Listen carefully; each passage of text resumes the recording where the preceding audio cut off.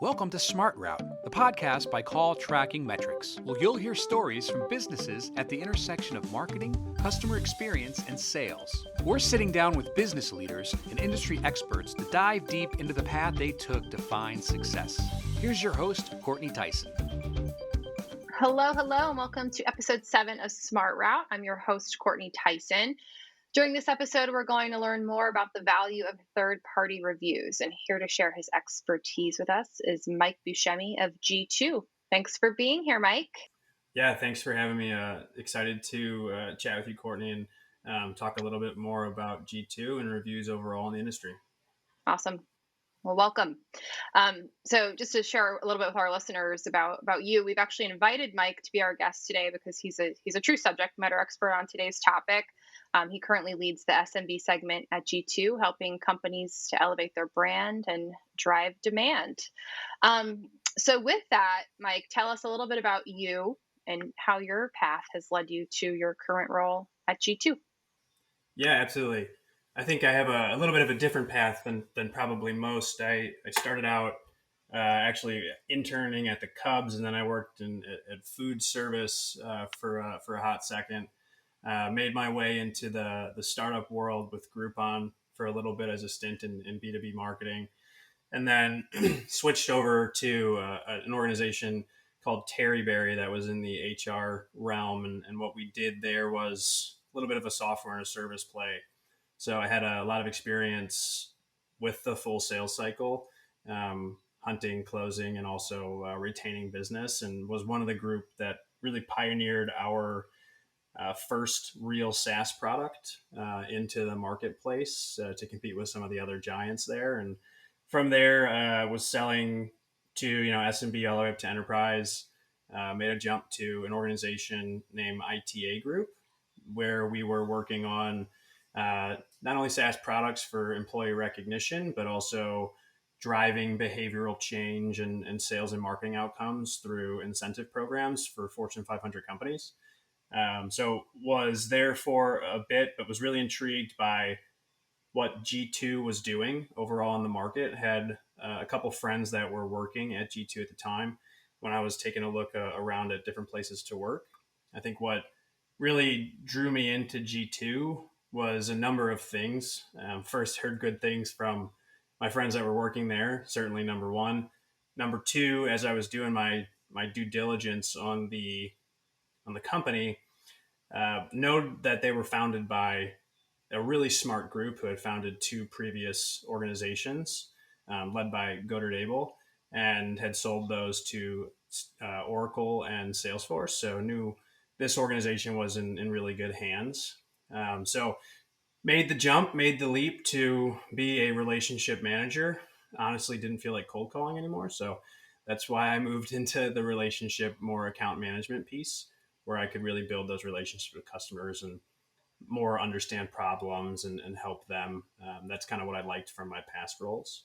So it was a great experience there. And being at G2, coming up on my 3-year anniversary here, I've probably held 5 different roles within sales, from SMB to mid-market to general business, then to being a team lead and leading a team of 2 mid-market CSMs, 3 RMs, and now was promoted to lead the SMB segment. So working on growing that segment out and really helping my team exceed, as well as helping our customers see value in G2. Great. It's interesting. It sounds like you kind of worked a little bit in the employee kind of recognition space, where I'm sure obviously reviews are a big thing. Employee reviews moving into more of a B2B business type review role. So it's interesting throughout your career. There's always kind of been that trend. What's interesting for me is I actually had my first experience on the other side of the fence this year, in that I've always been in a customer facing role and relationship management role, and in my new role I was actually tasked with researching and recommending a software that could help us to manage our new partner program, and G2 was a big part of that process. And that's how me personally, as someone who was looking to purchase a new software service, that's how I found the value in G2. But tell us a little bit more about why does the market find value in a review site like G2? Why do businesses come to you and work with you? Yeah, it's interesting. Basically the dichotomy of how B2B buyers has really shifted over the last, you could even go back maybe even a decade, right? If you just think theoretically how we as consumers purchase products, it's by word of mouth and reviews. And that's been that way since really the advent of almost Amazon. You don't go on Amazon and buy something without reading reviews. That's just table stakes these days. And if you Hmm. look at the proliferation of reviews across industries overall, you went from reading a food industry guide about Italy to going on TripAdvisor. You went from reading about a restaurant or getting a word of mouth from a restaurant to reading Yelp reviews. You went from trying to talk to your friends about what a company is like to reading Glassdoor reviews. So what we've seen really is that there's just been that fundamental shift in buyer behavior, and B2B buyers are acting more like consumers act from 9 to 5, when typically you'd be doing that thing from 5 to 9. So the biggest thing in the industry was that peer reviews didn't really exist from a business standpoint. And our founders, as they were going through trying to find funding and for their companies in previous past lives and trying to get validation because they were smaller businesses, working with the Gartners and the Forresters of the world, was difficult. It's also a little bit of a pay to play model. And, they weren't able to, I think, get into the quadrant at the time because I don't know that a category was created for them. So they decided to host actually their own party and have customers come in. And that was really the beginning of how they thought about G2. So then they founded G2 in a basement uh, about 7 years ago. And it's grown from, those 5 founders to an organization that's roughly 300 employees and growing. But it's really because reviews have just become table stakes for how organizations and buyers of all types, whether you're B2B or B2C, really Hmm. interact today. Um, and we know from a number of studies, like 80% of buyers read reviews um, online before they make a purchase. That's from Demand Gen. They read at least Hmm. 10 reviews before they even make a purchasing decision. And the internet, just the ability and freedom of information really helped lead that charge, of course. And I can do my research online before even reaching out to a sales rep. We know that they're 60% down the path before they even reach out to us. So why not give them what they're looking for and allow them to read reviews from your customers, because they're going to ask you for references anyways. Sure. Yeah. For me personally, G2 was such a big part of my process in terms of like the education of the landscape of the type of tool that I was looking into, right? There's obviously so many tools out there that can do many of the same things. And G2 kind of helped me to figure out, which of those tools were the right ones for me to look at, and ultimately which one was the right one for us. So, Yep. so with that, obviously, all businesses, should find value in a review site like G2. Let's talk about like the size of companies that would benefit from investing in review management. Like, is there a certain type or size of company that would benefit from investing in review management? Is there a right size or type of business that should be working with G2? Are there like software Yeah. out there?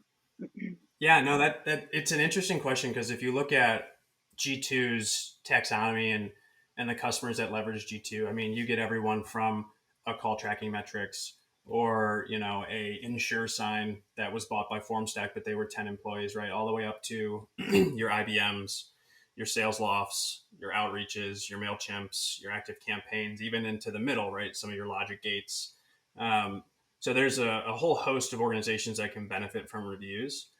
I think the first thing that someone needs to do is ask themselves, what are they trying to accomplish with reviews? Because there are a multitude of things you can do. And I think if you're thinking about diving into the review ecosystem, one, you need to make sure that you have customers to ask. Of course, you cannot be in stealth mode, right? That's not necessarily possible here, but make sure you have enough customers to generate reviews.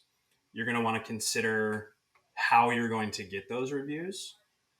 You're also going to want to consider how you're going to leverage those reviews, and do you have someone available to manage a platform? And then the fundamental question you're asking yourself is, what am I trying to get out of this relationship with any review provider? Is it brand awareness? Are you looking to expand your digital footprint? Are you looking to just own your messaging across the web? You can get it anywhere you want to. Glassdoor, LinkedIn, G2, Capterra, Trust Radius. Just go on Google. You'll probably see reviews for your business. And then, how are you going to measure that?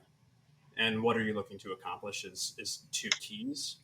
Because there's a lot of different ways to measure the success of a review site, whether that's simply gathering reviews, that's maintaining your brand, or driving additional awareness around your product.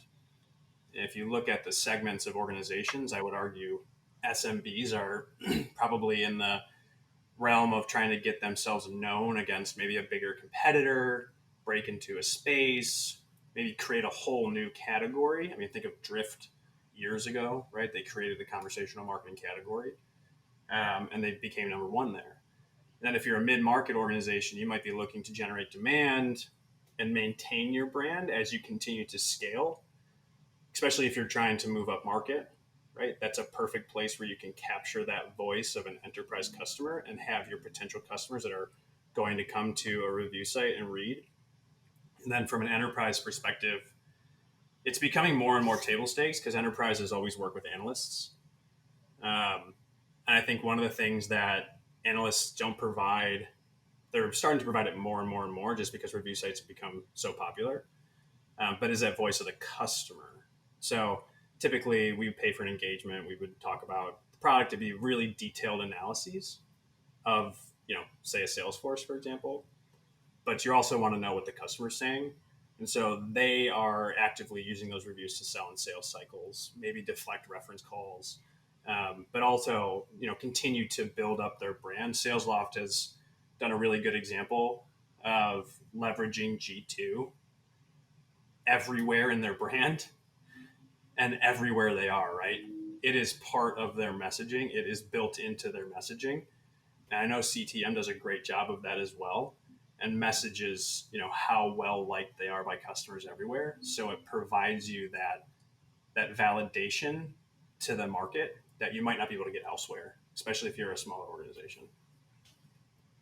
I love the structure that you put around that answer. I think it's really going to help our listeners to kind of better understand how they need to, or how they can kind of attack a review management strategy, and how it can know when it's right for them to really, really dive into this, right? So you said, they need to make sure they have customers to ask. Think about how are they going to get those reviews? How are you going to leverage those reviews? Make sure you have a strategy in place. You talked about, I think too, measuring those reviews. So, I think those are all really great tips for our listeners to kind of identify when they're ready to dive into this. So yeah, love that. One other thing I would add that I neglected to add there was review generation is and should be an always on strategy.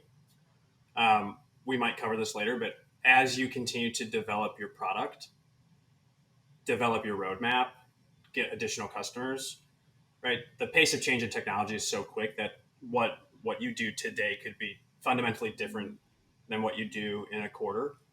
So always continuing to have the customer voice speak to the progress you've made as an organization is going to be critically important, right? We always come out with new features, right? So if we have a new product and we sell it and we want feedback on the market, we should leverage reviews to get true, authentic feedback rather than asking our, 5 happiest customers. Right.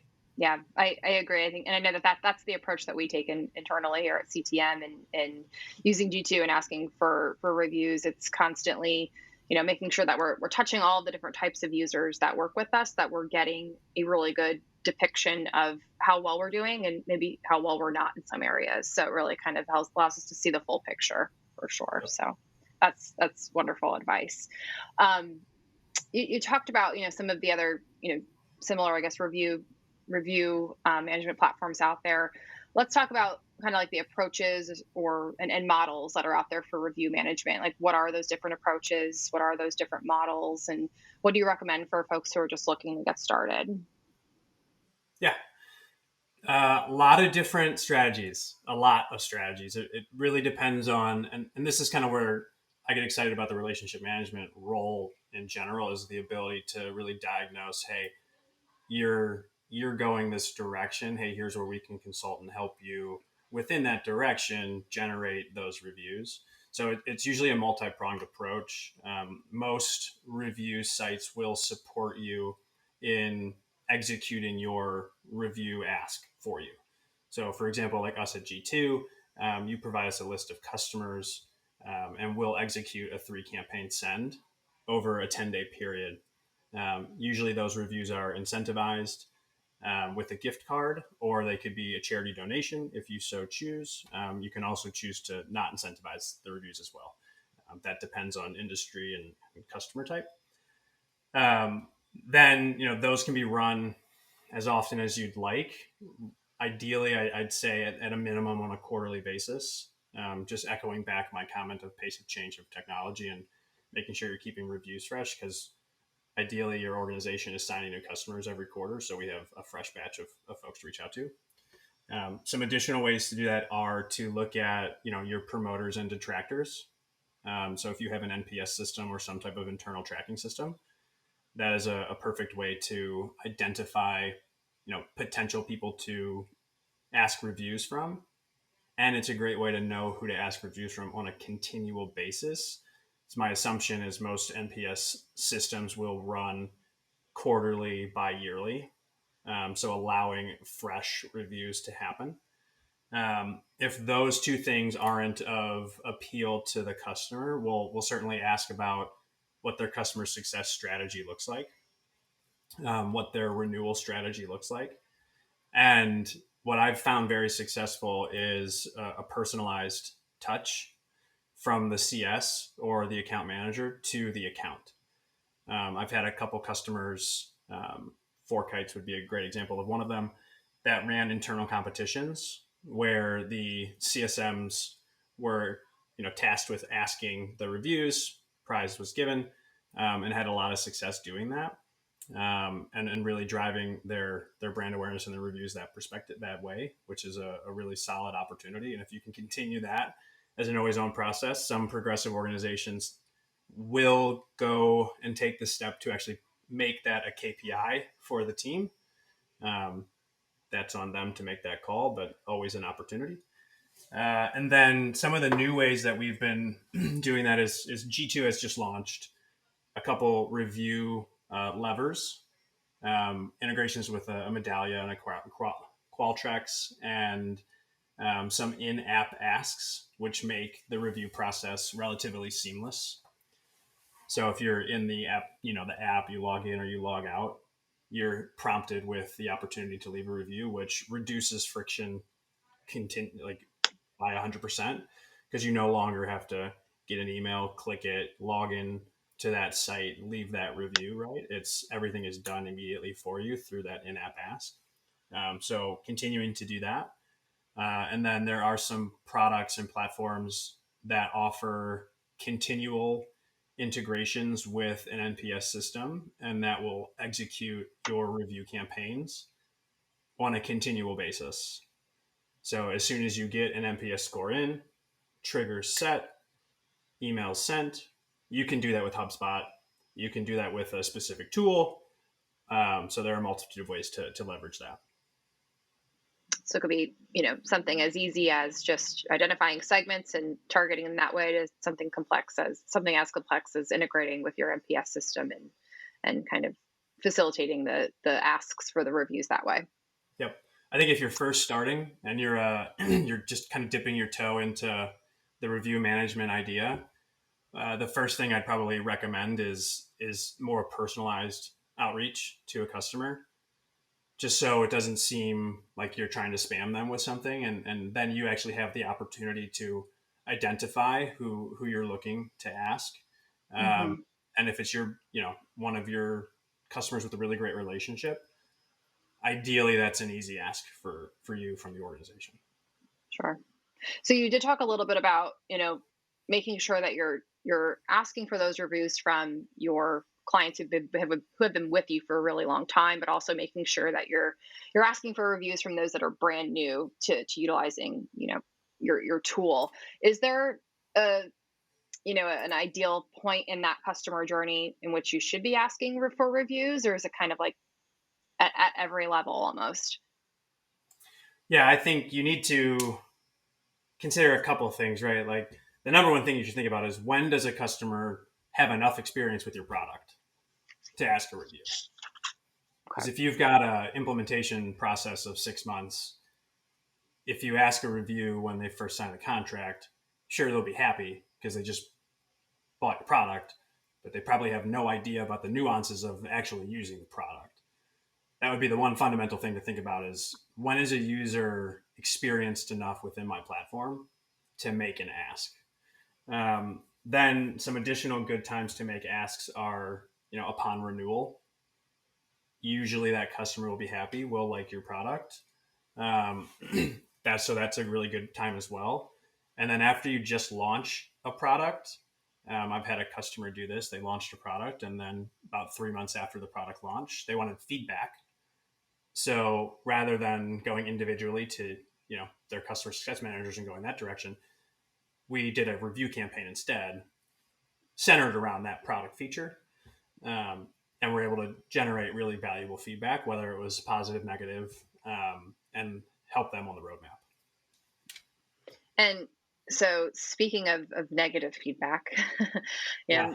what advice would you give to businesses that are concerned about opening themselves up to negative reviews? I think for me, Yes. thinking about this off the bat would be, okay, just don't take it personally, right?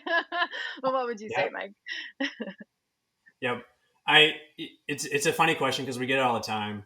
I mean, most businesses do whatever they can to avoid negative reviews, and it makes a lot of sense. I mean, you don't want any negative reviews online, right, about your product. Um, but you also have to come at it from the consumer side. If you've got all fives, I might think it's fishy to begin with. Like, how can 100 people give you all 5 stars? That seems just a little fishy. So, and I actually think the most read review is a 4-star review, and that's across all sites, whether you're B2C or B2B. And I think a 3-star is right there too, because they usually have the meat of the review, and it's got the bad and the good, right? But not all bad reviews and not all negative reviews are bad. That can actually be helpful in a number of ways.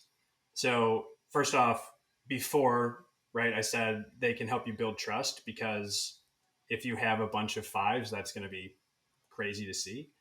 They also create kind of like a healthy balance, and build that trust. And then the bigger thing I think that most people don't consider is really important to a business. It can help you identify areas of improvement. So if you're reading a bad review, yes, you might take it a little bit personally at first, but try to understand the actual context of the review. Is it your customer service? Is it your product? Is it your UX? Is it your UI? Is it any other, fundamental aspect of your product? And how can you take that feedback, give that to product marketing or engineering, and say, hey, like, on the roadmap, we need to update our user experience in X. We're seeing a lot of negative reviews there. And you can actually position yourself really well by getting negative feedback and help your product move forward. And then subsequently, as you do that, make your customers happier. You turn those negative reviews into positive reviews. Yeah, the way I think about it is, ultimately a customer could really enjoy your product and your brand and have something still have something negative to say about it, but it too could mean that they just believe that you could be that much better, right? And they understand that they value your feedback, and so you're going to take it and you know make your product better. Um, Yeah. we went through quite a few questions already, but are there any other frequently asked questions that you receive a lot that you'd want to address? Yeah, this is a good one. I mean, we've covered most of the questions that people ask on a daily basis. just interacting with customers and our reps and what they get asked. I think a lot of people are confused on how to measure review sites successfully. Okay. We all do something a little bit differently, and we all fit a different part in the market. And I think when you look at how to measure review gen, I think it's misconstrued every once in a while. And I'll go with the Dave Gerhardt here because I follow him pretty religiously on LinkedIn and Twitter. You need to also consider reviews as brand marketing. And I know brand marketing doesn't show a lot of dollars to the CFO. However, if you don't have a brand, you're not going to generate demand.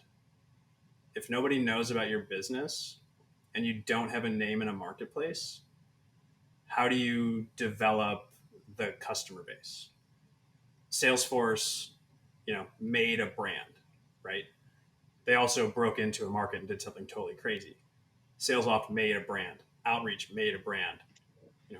These companies that are being very successful make a brand. There are 37,000 software companies in the SMB space. The ones that are able to succeed really well are the ones that can establish themselves as a brand or a disruptor. So I think there is a lot of value and a lot of misconception around the value of brand and what reviews can do for you in that aspect. So that's probably what I think is maybe misconstrued or misunderstood with review sites in general, is there is a huge branding play aspect to this and making sure that you are the next brand or you are maintaining the it brand. It's interesting. The next question I was going to ask was around, what other benefits are there for businesses to invest in a review management platform besides the lead gen and reputation management? But I think you kind of hit the nail on the head there with really establishing that brand, making sure that, you're driving that brand awareness in a way that you maybe typically wouldn't. And I know for me personally, it was, like you said, too, understanding the marketplace and the landscape of, maybe a certain type of tool that you're looking to purchase or looking for reviews on, or even a brand that you're looking for reviews on. So outside of that, any other benefits that you'd like to kind of throw out there? Yeah, I think a lot of people leverage review sites and think just marketing owns. I think it should be sales and marketing owned and success owned. Okay. Like the most successful people have three parts of their company involved: marketing, sales, and success, right? Success to drive reviews, to make sure they're delighting their customers, marketing to leverage those reviews and content. We have an intent product, other people do as well, leveraging the intent to understand who's in market, who's buying. So those are a couple pieces there. And then sales can play an actual fundamental role in this because sales should be able and should leverage your reviews to close new business. Back when That's we started really great this, advice. right, when we started this conversation, right, you asked why do reviews matter today? And I was explaining that, 80% of B2B buyers are reading reviews. So they're going to do it whether or not the salesperson likes it. And they don't want to probably talk to us when we want to talk to them, right? It's on their timeline. So we need to give the buyers what they're interested in. And if you just do a simple Google search on, best CRM software, for example, G2 ranks number one. So we're going to get the traffic of your potential buyers. So you need to lean in and leverage your customer voice more. We've all been asked for references. Why not provide them up front? Versus like waiting and then saying, hey, 3 same customers that like me that I use for every reference call, give that at the end of the sales cycle when you can build trust up front. Sure. So you've shared with us a lot about all of the different, I guess, features and functionalities that really bring value to G2 and, how businesses can be leveraging G2 in a multitude of ways other than just requesting reviews and kind of managing those reviews. So what does the future look like for G2? Can you share anything with us about, what the future holds for G2? Any new things you guys are working on? Yeah. We might have seen the news. We got a Series D, which we're super excited about. We're investing heavily in the product for our customers to realize more benefits of G2. We're investing in our SEO so we can generate more traffic and more buyers and more eyes. We're looking at a couple of new products. There's a few in beta that I won't necessarily publicize yet. We've got a new product called G2 Deals out. I'm leading with one of our co-founders. It's where we can actually facilitate purchasing right from G2. Pretty neat concept. Then we've also got G2 Insights, which we're revamping. So if you think of traditional analyst reports of X company versus Y company, those are based on the analysts. Well, we do something very similar, but base it on your customer reviews, your momentum in the market, your pricing, why people are swapping from one product to the next. How do you benchmark against those? Can you leverage this from product road mapping? So that's a really exciting product that just keeps getting better as we generate more and more reviews. And I think the most exciting thing is we're also investing in people and talent, and we're hiring aggressively across all of G2, whether it's marketing, product engineering, research, RMs, AEs. In fact, I'm hiring. So I have 3 open roles. Our mid-market RMs are hiring. Our enterprise team is hiring. So we're scaling quickly, and we're excited about the future. Sounds like it's a very exciting time to be a part of G2, and just congrats on, your success personally, and congrats on G2's success as well. It's great. Yeah, thank you. All good stuff. Is there, anything else you'd like to plug? I'll plug the fact that I'm hiring again. Great opportunity to do that, right? That's right. Talent's number one. I think we've got an awesome team, an awesome culture, an awesome opportunity to grow as G2 continues to grow. And we're looking for the top talent. So if you're listening to this podcast and are interested in joining G2, feel free to either shoot me a LinkedIn message or apply online. That's great. Thanks, Mike. And thank you. There's one last thing that I wanted to say too, is just a kind of a quick note for our listeners and myself as well. I think it's always great to remember to kind of pay it forward, right? There's real value for us as customers to fill out reviews for companies and brands that we like. It's our feedback that's, helping companies and brands to be better and really understand what their customers desire and expect. So, definitely something to think about. Yeah. Well, Mike, go leave a review for CallTrack. Yes, please. Well, Mike, it's been a pleasure. So, thanks so much for taking the time out of your busy schedule to be our guest. We very much appreciate it. Yeah, absolutely. It was a pleasure and a blast. Thanks, Courtney. Absolutely. And, thanks to G2 too for helping us to, leverage our review management strategy. So you guys have been a great partner to us. So thanks for that. And another thank you to our listeners as well. We hope that you learned some new things today. I know I sure did. And as always, continue to connect with us and follow us on Twitter @SmartRoundPod. Talk to you soon. Thanks.